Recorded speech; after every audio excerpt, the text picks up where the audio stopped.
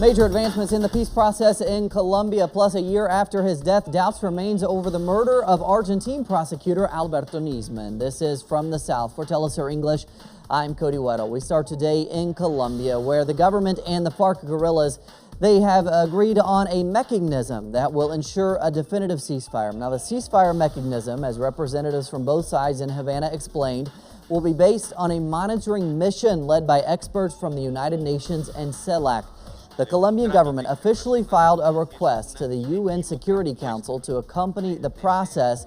Now, the agreement has been greeted as one step further towards a final bilateral ceasefire and the disarmament of the FARC rebels. And joining us live now from Bogota, we go straight to our correspondent Natalia Margarita for more on what is being seen as a historic advancement in the peace talks. There she is behind us. Natalia, what else can you tell us about this mechanism, as it's being called?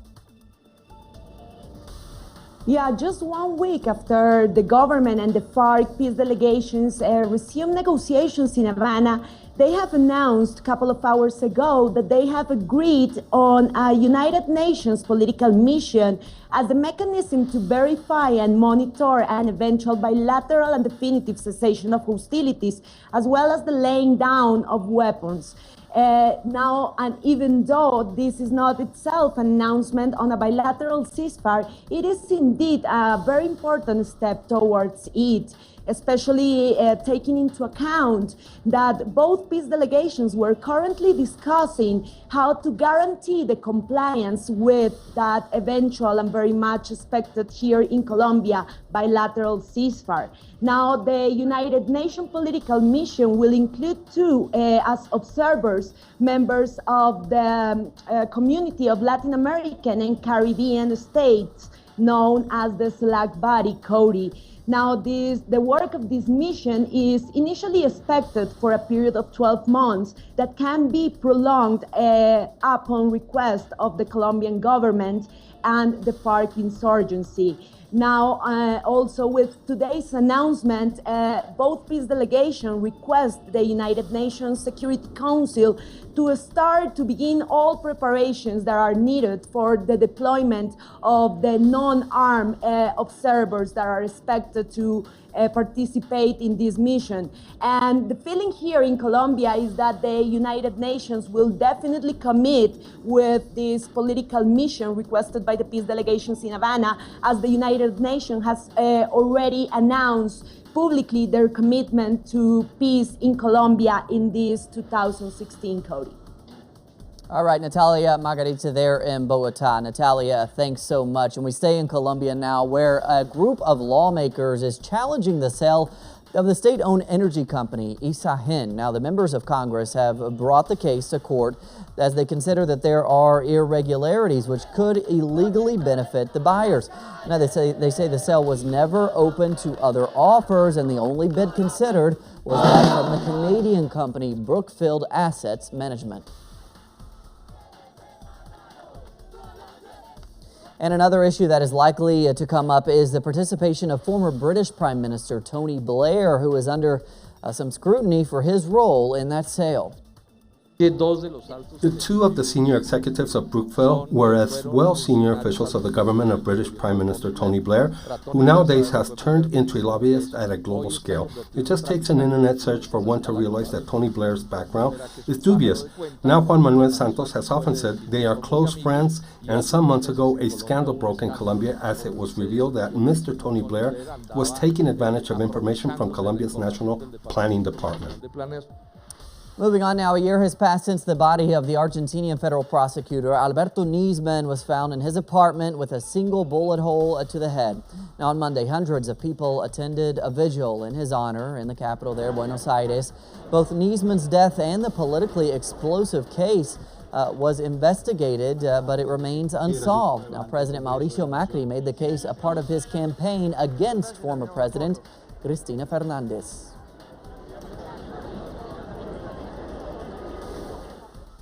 And there have been protests in Argentina over the arrest of Milagro. Opposition sectors say the social and indigenous leader is being held as a political prisoner. From Buenos Aires now, our correspondent Leonardo Ponce with the details. Activists see this as a new step toward criminalizing social conflict. The indigenous leader and member of the Mercosur parliament, Milagro was arrested by the police in the province of Jujuy in the northwest of Argentina. According to the Detention Act, Sala was accused of organizing a protest camp against an initiative by the provincial government which sought to end state funding for workers' cooperatives which develop affordable housing projects. This is a measure by a reactionary government like Macri's, which is trying to go after the workers, to go after the popular sectors, so we need to build unity in the streets to defend those rights. Members of the Mercosur parliament as well as national lawmakers hardly criticized the arrest and demanded the end of what they define as political persecution carried on by Macri's government. It is really contradictory for someone who projected his international image by going to his first summit of Mercosur and demanding the freedom of alleged political prisoners in Venezuela. And now we see the first political prisoner in Macri's own era. Her detention sparked protests and a massive rally was held in Buenos Aires on Monday. Thousands packed the historic Plaza de Mayo Square demanding Sala's freedom. She is a political prisoner. She is held as a hostage by this government. It is insane. Milagro is on hunger strike, and her comrades will continue with the protest camp in Jujuy. The camp will be stronger than ever. Opposition sectors agree that Sala's detention is part of a general strategy aimed at discouraging popular mobilization and threatening those who organize to resist neoliberalism. Leonardo Ponce, teleSUR, Buenos Aires. Angry protesters have burned several electoral offices in Haiti ahead of Sunday's presidential runoff elections there. Now, the opposition candidate, Jude Celestine, earlier called on people to boycott the election and said he would not take part. Polls say 90% of Haitians believe there was fraud in the first round of the elections last October.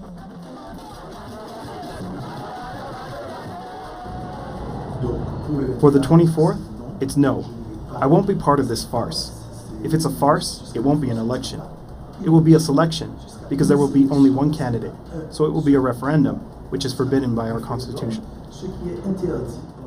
A group of prisoners in Bolivia's Potosí province are protesting against overcrowding. Now, the inmates say the justice system takes far too long to solve their cases, and some of them spend months in prison before they're ever tried. Now, the protesters also want the national authorities to take action against abuses by the local government there.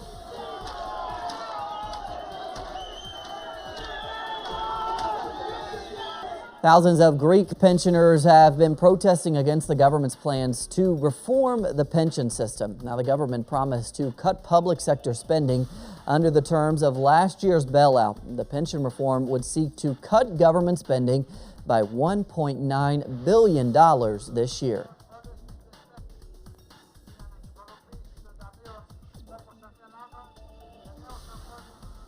A new report from the United Nations shows that at least 18,000 civilians have been killed in Iraq in the past 2 years of armed conflict between rival militias and the Islamic State group. Another 36,000 people were wounded during that period.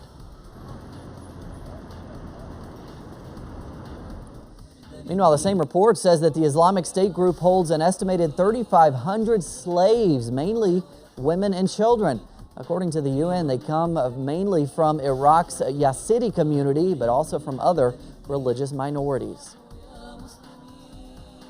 These are the kinds of horrors that people are facing. Women have been subject to sexual slavery. Severe restrictions are being placed on their movement and the movement of men. Those who attempt to flee are caught and executed. Economic sanctions on Iran have been lifted after the country agreed to roll back the scope of its nuclear activities. However, sanctions were quickly re-implemented. With an explanation now, here is Bianca Perez from the U.S. International sanctions on the country of Iran were lifted over the weekend. This, of course, coming after a major deal was closed. This was the implementation day of that deal, known as the Iran nuclear deal, which included the United States and a few European countries as well. This deal has been highly criticized by Republicans in the United States, and there has been fear that once President Obama finishes his term, this deal will be shut down by the next administration. However, implementation did come. They did lift the sanctions. New sanctions were, however, imposed from the United States towards the country of Iran over companies who are accused of being part of a ballistic missile program in the nation. This kind of was unexpected by the Iranian government, who says that these sanctions have no true standing and are, of course, kind of in the way of true reestablishment of relations between the two nations, even though the other sanctions were lifted. So we will see how this will evolve with these new sanctions and how the two nations will work this out. Bianca Perez, TeleSUR, Washington, D.C. The U.S. Supreme Court will consider a legal challenge to President Barack Obama's immigration executive actions that were filed by Texas and 25 other Republican-governed states. Now, a decision in that case is expected in June. In Europe, the president of the European Council, Donald Tusk, says the EU has 2 months to control the migration crisis, or else the Schengen will collapse. I share the sentiment expressed by Prime Minister Rutte that we have no more than 2 months to get things under control. The statistics over the Christmas period are not encouraging, with over 2,000 arrivals to the EU per day, according to Frontex. The March European Council will be the last moment to see if our strategy works. If it doesn't, we will face grave consequences such as the collapse of Schengen. Ahead of the World Economic Forum in Davos, U.S. actor Leonardo DiCaprio was awarded a Crystal Award for his commitment towards stopping climate change. Now, the organizers of the award, the World Economic Forum, did not expect that DiCaprio would actually denounce corporate greed as a major driving force for global warming. The World Economic Forum, set to begin Wednesday, will gather the most powerful corporations and the most powerful governments in the world.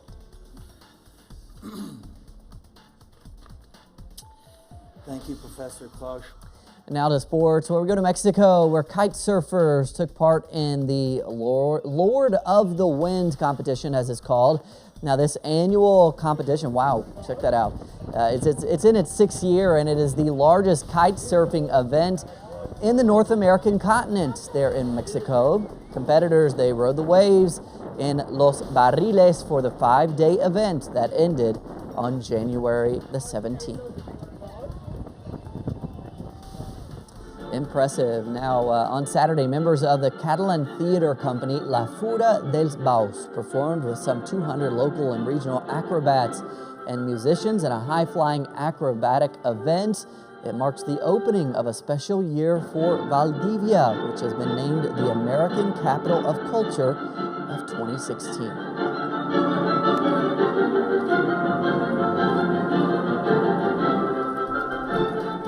And that's what we're covering on this Tuesday evening here from Caracas. For teleSUR English, I'm Cody Weddle. Please sure to join us on social media, Facebook, Twitter, and Instagram. We'll see you back here tomorrow.